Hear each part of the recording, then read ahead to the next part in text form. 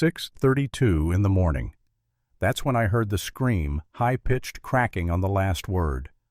"What the hell did you do to my car?"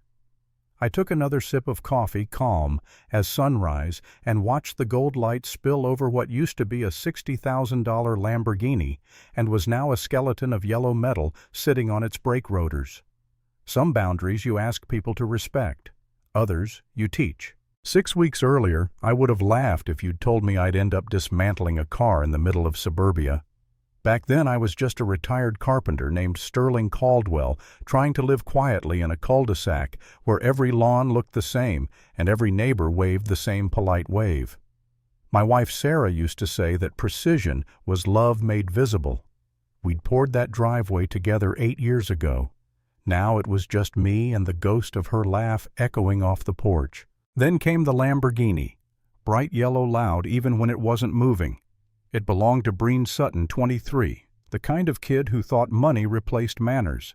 His mother, Deline Sutton, ran the HOA like a personal kingdom. She decided which paint colors were community approved, which fences were too high, which neighbors were difficult. She smiled while she said it, but everyone knew she ruled through fear of citations and fines. The first time Breen cut through my front lawn, I thought it was a mistake.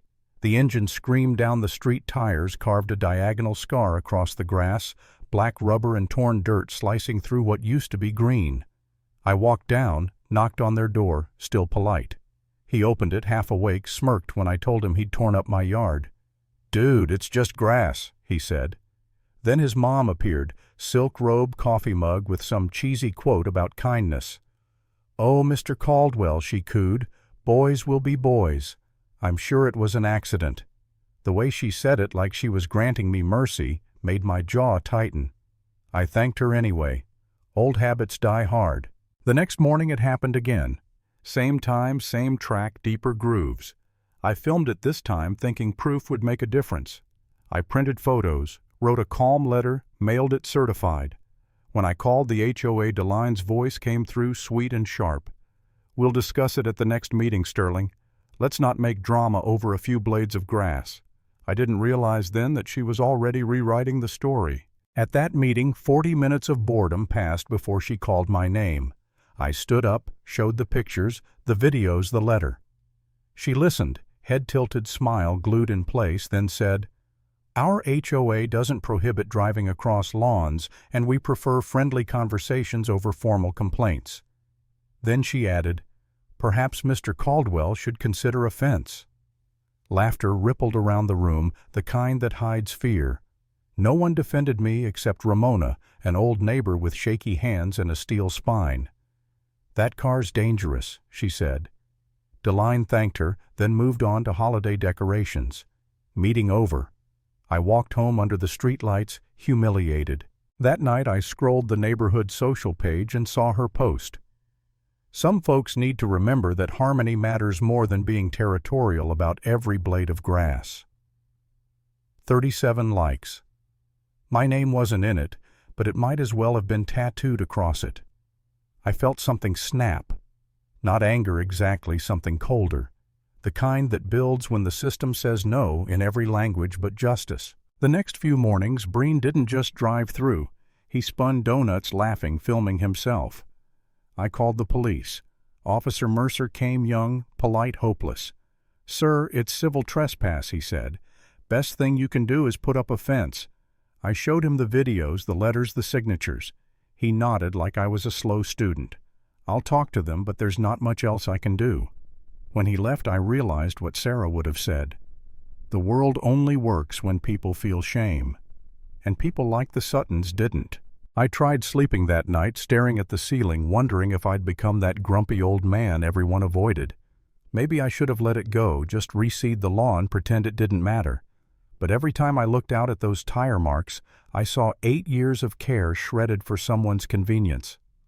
That's when I found a blog about self-help remedies. It said a property owner, after repeated documented trespass, could take reasonable action to prevent further damage. Reasonable. That word echoed in my head. The next day, I met with an older lawyer from the HOA list. Harris retired, but still sharp. Over black coffee, I laid out everything. Letters, photos, timestamps, police reports. He flipped through the pages like blueprints. "You've done your homework," he said. "Courts move slow, but the law allows a homeowner to disable a vehicle if it's repeatedly trespassing as long as you don't damage it permanently." He looked me dead in the eye. "Disable, not destroy. Document everything." I left with a strange sense of calm, like I'd finally found a language the Suttons would understand. I spent the next week preparing. Warning signs printed, private property, no trespassing. Photos taken with timestamps. Another certified letter this time ending with a line that said, "Continued violation would result in lawful immobilization."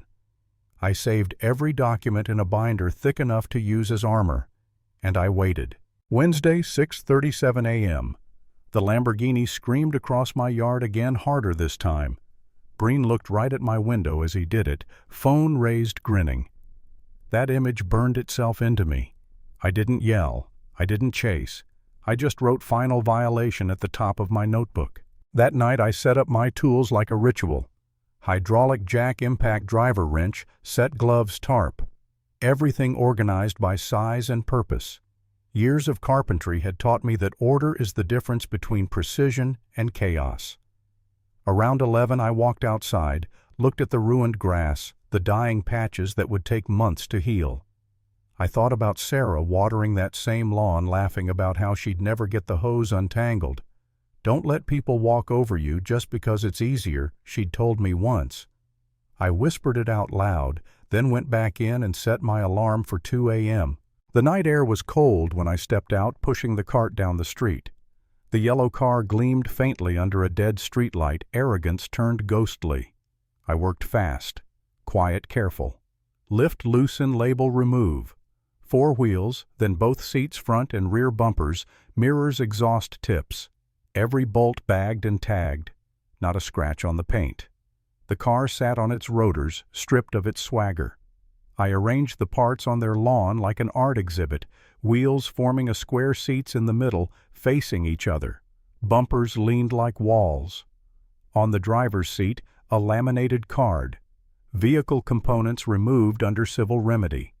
All parts available for retrieval upon cessation of trespass. I took pictures, checked the timestamps, then went home, washed my hands, and brewed fresh coffee. At sunrise, the scream came right on schedule. Breen burst from his house in boxer shorts, pointing, shouting, "You took apart my car. I didn't stand up. You received a certified warning," I said. "You ignored it. This is a lawful consequence." He turned red, dialed his phone. "You're insane. I'm calling the cops." "Please do," I said. "I'd like them to document this." His mother came running next, robe flying, slippers, slapping pavement. "Sterling Caldwell," she shouted, like saying my name louder would erase what I'd done. "How dare you touch my son's property?" I stood calm. "Your son trespassed 6 times after legal notice. I acted within my rights under state law." "Rights?" she spat. "You dismantled a $60,000 vehicle."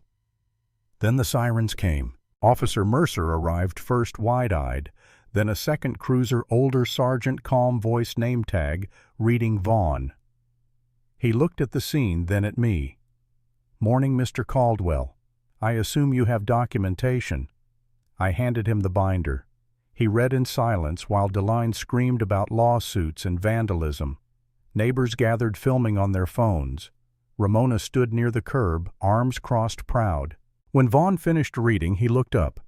"Everything you did is documented. Every bolt," I said. He nodded slowly.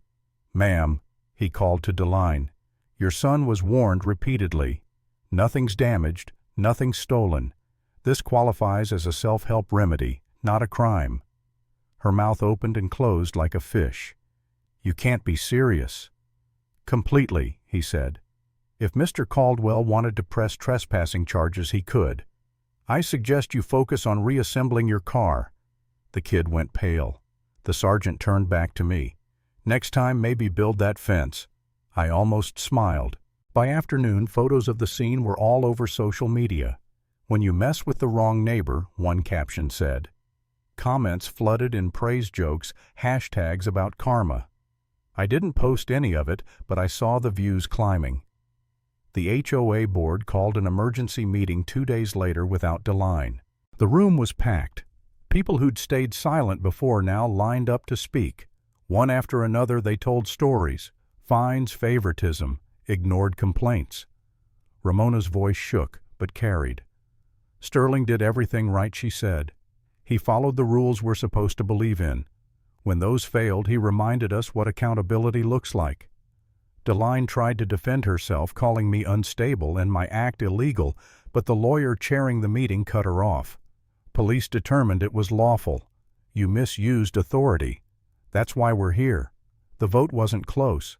28-5. Removed. She stood, gathered her papers, and walked out without a word. The door closed behind her like punctuation. For the first time in years, the room felt lighter. Weeks passed. The grass grew back uneven, scarred, but alive. The Lamborghini stayed on the street now, driving carefully, like even it had learned humility. I saw Breen once, eyes down, no phone, no smirk.